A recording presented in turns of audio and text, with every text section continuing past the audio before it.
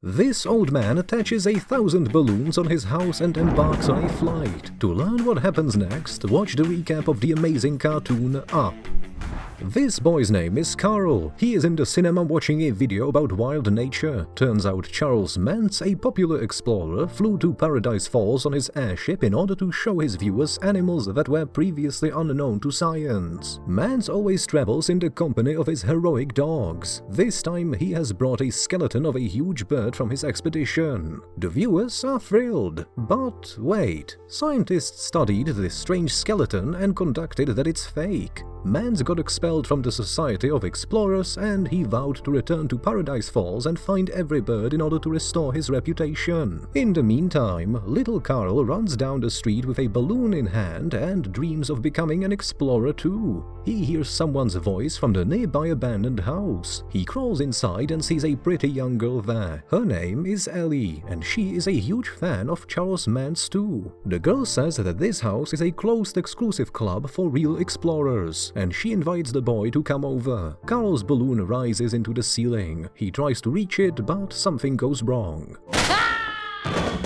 At night, Carl reads a book with his broken arm. That very same blue balloon flies into his room and Ellie walks after it. The girl shows her new friend her adventure book, and she tells him that she dreams of transferring her club to a cliff near Paradise Falls. There is one small problem. Ellie doesn't know where it's located. She asks Carl to help her build an airship in the future. Carl and Ellie grow up, and of course they get married. They repair that very old abandoned house and it becomes very beautiful and cozy. Our heroes have picnics, read books, watch clouds and dream of having a baby. They are setting up a children's room, but alas, they lose their baby. Carl supports his wife and offers her to embark on a journey to Paradise Falls. They start saving up money for the trip, but they are constantly forced to spend that money on solving their different daily problems, such as car repair, an unexpected injury, a broken roof, and new purchases. Years go by, and Carl and Ellie slowly grow old. In spite of that, they are still in love. One day, Carl finds a photo of Ellie when she was a kid, and he finally goes to get tickets to Paradise Falls in order to make his wife happy. He invites Ellie to a picnic. However, on their way up a hill, Ellie starts feeling unwell and she ends up in the hospital. Carl brings his beloved wife a balloon, and she stretches out her hand with her album of adventures. Soon, Ellie dies. Carl is left all alone. Several more years go by. Old Carl wakes up and he gets out of bed with difficulty. The old man descends downstairs in a special chair. He has breakfast. He dusts off his furniture and goes outside. Construction work is in full swing around his house. All the old houses are demolished and new ones are built in their place. Carl looks around disapprovingly and checks his mailbox. He receives an invitation to a nursing home. Workers tell Carl that the developer wants to buy his territory, but the old man strongly opposes the idea. He goes back home and watches TV. A boy, Russell, visits him. He is a young wilderness explorer and he wants to do something useful for the old man in order to get one more badge. Carl tries to chase off the pestering boy and comes up with a story about a snipe that always gobbles his flowers. Russell starts looking for the pest bird right away. Meanwhile, the construction workers break his mailbox accidentally. Carl attacks the construction worker and hits him on the head. Police arrive. Soon, a court hearing takes place. The court rules that Carl is a public menace and sends him to the nursing home. Carl takes out the adventure book that Ellie gifted him, and he understands that he must keep his word and go to Paradise Falls. The next morning, employees from the nursing home come to him. Carl hands them his luggage and asks them to wait for him in the car. In the meantime, he lifts his house off into the sky using thousands of balloons. For the first time, this old man looks truly happy. Carl's house flies above the city and it surprises passersby. It goes higher and higher, and Carl uses his curtains as sails. Carl consults his compass in order to not get lost. The old man sits in his armchair and starts napping. Suddenly, he hears knocking on his door. Carl opens the door and sees anxious Russell on his doorstep. He lets him in. The young wilderness explorer is very curious to fly over the city. Carl tries to lower him to the ground using a long rope, but he fails. The old man gets angry because Russell is too talkative and doesn't shut his mouth even for a second. Soon they find themselves in storm clouds. Carl tries to steer his house away, but their house is heading right into the storm. Everything starts rolling and falling. With great difficulty, the old man manages to save his most precious belongings. Morning comes. Russell boasts that he has been steering the house all night. Turns out they are already in South America, and Paradise Falls is very near. Carl cuts off balloons one after another in order for his house to finally start descending. The landing happens to be very rough. The heroes get thrown out of the house and they find themselves on the edge of a precipice. Carl sees that they are opposite Paradise Falls, but his house is still hanging in the air above the cliffs. How will they get there? Russell suggests they go to the falls on foot and take the house with them as if it was a giant balloon. It's a silly idea, but there is no better solution. In the meantime, a pack of angry and outraged dogs chase after a bird in the jungle. The bright bird tries to run away from the pursuers. Suddenly, a flying house shows up over the trees. The dogs get scared and the bird is saved. Russell gets very tired and asks if he can go to the toilet. After relieving himself, he sees footprints of a giant bird on the sand. A red beak picks out of the bushes. Russell gives a chocolate to the bird and he sees that it's really huge. The boy leads the bird to Carl and boasts that it's a snipe.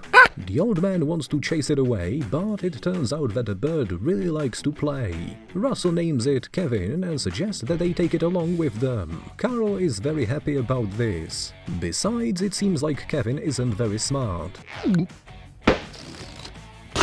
And yet the three of them continue their journey. Soon our protagonists meet a talking dog. His name is Doug, and he's very amusing. The thing is, there is a special device in his collar that turns dog thoughts into human speech. Doug admits that he wants to catch the giant bird, but Kevin attacks him first. Russell pleads with Carl to take the dog with them, and the old man agrees reluctantly. Now there is 4 of them.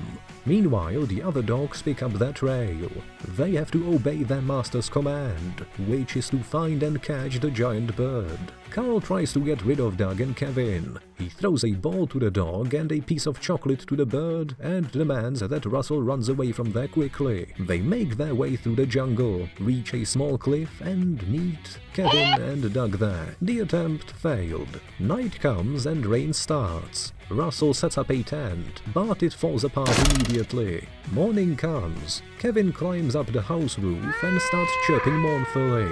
Doug says that it's calling her chicks. Finally, Russell realizes that Kevin is not a male bird, but rather a female one. Suddenly, a pack of angry dogs wearing interpretation collars surround our heroes. They try to find the bird, but it's nowhere to be seen. Then the dogs decide to capture Carl and Russell. Carl and Russell are taken to a small rocky plateau with dozens of angry dogs. Soon, their master walks out. It's an old man, and Carl hardly recognizes his idol, explorer Charles Muntz. The old man invites Russell and Carl aboard his airship and says that he has been trying to catch this giant bird for many years. A collar of shame is put on Doug because he let the bird go. At first, Carl is thrilled to meet his idol, but soon realizes that Charles Muntz is psychologically unbalanced, obsessed and rather a cruel person. Muntz shows Carl a skeleton of a huge bird. Russell guesses that this skeleton probably belongs to one of Kevin's relatives. Having learned that they have found the bird, Muntz becomes very angry and he hints that he has gotten rid of all the explorers who were looking for the bird too.